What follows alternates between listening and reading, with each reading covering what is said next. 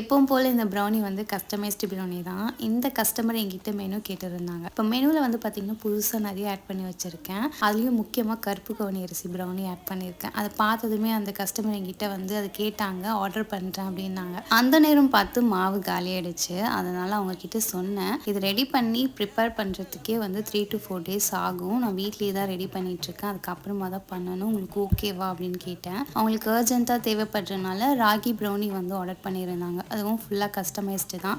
Sugar தேவையில்ல, ஃபுல்லாகவே brown sugar, classic brownie மட்டும் போதும். அது ராகியில் வேணும் அப்படின்னு கேட்டாங்க. இதை டேஸ்ட் பார்த்துட்டு நெக்ஸ்ட் வீக் திருப்பியும் ஆர்டர் பண்ணுறேன் அப்படின்னாங்க. இவங்களோட ரிவ்யூஸை கடைசியாக ஷேர் பண்ணியிருக்கேன், மிஸ் பண்ணாமல் செக் பண்ணிக்கோங்க. எப்பவும் போல் அவங்க சொன்ன மாதிரி பண்ணிவிட்டு டின்லேருந்து ரிமூவ் பண்ணி கட் பண்ணலான்னு எடுக்கவே முடியல. என்னென்னு பார்த்தா பார்ச்மெண்ட் பேப்பரை ஏடாகுறமாக கட் பண்ணதில் பேட்டர்லாம் கீழே போயிட்டு மேலே இருக்க பேட்டரும் கீழே போன பேட்டரும் ரெண்டும் பேக் ஆகிட்டு ஜாம் ஆகிடுச்சு. ஸோ டின்லேருந்து எடுக்கவே முடியல. அப்புறம் எப்படியோ கஷ்டப்பட்டு எடுத்து பீஸ் போட்டு டிஸ்பேச் பண்ணேன். பாய்.